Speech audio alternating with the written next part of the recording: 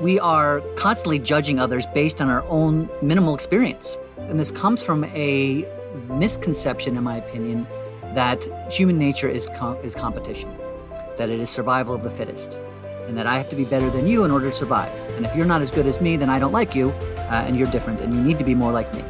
Or just, even in nature, I mean, that works, right? Animals, it is survival of the fittest because if they eat to survive, there's no necessary consciousness involved, and so it makes sense. But for humans, really, it's not competition. Human nature is actually cooperation. It is actually connectivity. And if we start to introduce more empathy and more understanding into our life, and we go from judgment to curiosity, that is really such a huge key, because judgment and curiosity can be two sides of the same coin, right? We recognize that somebody somewhere else is different from me, and typically we judge them as better or worse, or the same even, but we are judging them as something. And again, based on our limited life experience. I'll use myself as an example. Growing up in like Western New Jersey, right? So I grew up in this town, and there's a culture around here, and I have my parents who were raised in certain religions, and I was raised a certain way. And so from my limited experience, I have an understanding that this is what life is like. And I've met some nice people, some not nice people, whatever, but in general, I have a feeling of what life should be like, quote unquote, life should be like. And then maybe after, I'm a teenager, and I go to Newark Airport, and I see people from all over the world, all sorts of different cultures, all sorts of different backgrounds, all sorts of different ways of being, all different ways of talking, behaving, dressing, and all these different things. And I am naturally going to suddenly start judging them based on my life experience. As a teenager, let's say 17 years growing up in Western New Jersey, which doesn't make any sense whatsoever, right? So for me to all of a sudden come across these judgments that somebody's good or bad is really just the ego trying to figure out how it can be superior.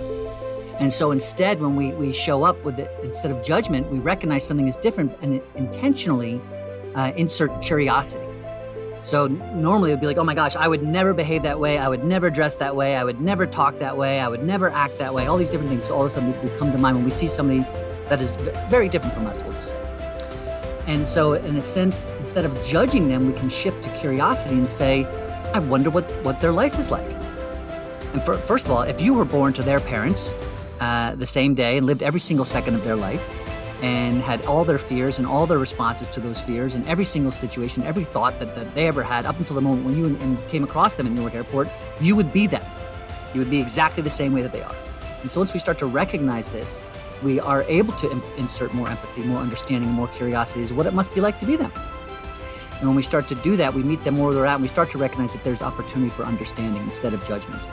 And so so all this divisiveness, anyway, we're listening to the news, we're listening to media, we're listening to all these different people who are saying they're wrong, I'm right, or, be afraid of everybody else, instead of be love, be gratitude. How can you serve others? How can, instead of judging somebody else as wrong, meet them where they're at and decide who you want to be in front of them. It doesn't mean there's not consequences for certain behaviors, but it does mean that there's an opportunity for some level of understanding, and we can decide if I want to be the light that I want to see in the world, I'll have an effect on others. And that, I guess, in my opinion, something to do with this divisiveness. Instead of judging others for being different from you, just be the best version of yourself as often as possible and allow people to see that.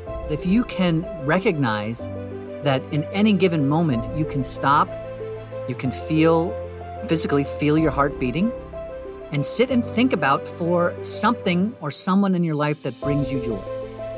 An experience maybe that you had once as a child or last week or whenever, something that you really just you remember feeling good about. And when you do that, you are creating joy. We go back to being a creator.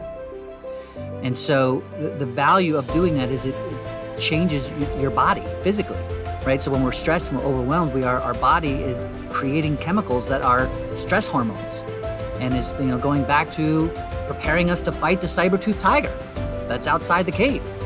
And now we're in this place where there's no saber-toothed tiger, but it is, the people we work with. It is COVID-19. It is loss of a job. It is all these different things that we're thinking about all the time often, especially if you're watching the news. Personally, I haven't watched the news in about 4 years. I just found that it just doesn't serve me in any capacity whatsoever. And I've been able to find out any information that I actually need to exist and function without it. And so it was a huge decision that I loved. But I'm saying when we watch the news, we hear these different stressful things. We have we have all these thoughts. Our body is creating these stressful hormones, which tense us up, which physically can give us dis-ease, right? Or disease. I mean, there's aspects of it's been proven your body can physically be harmed by being stressed all the time, right? Just even the way your posture becomes, the way you sit, the way your body reacts to life. And so joy is the opposite of that. And in that sense, it's the same thing. The more you can intentionally create joy and sit in a feeling of love or gratitude, or however you'd prefer to be feeling, your ideal scenario. What's the ideal version of myself? What's the ideal, how would I love to be feeling all day, every day? And I know it's like, hey, listen, life isn't all rainbows and unicorns, and I get that, but it can be right now for a minute if you want it to, and if you sit and think about that and then create gratitude for your ability to create joy, that compounds upon itself.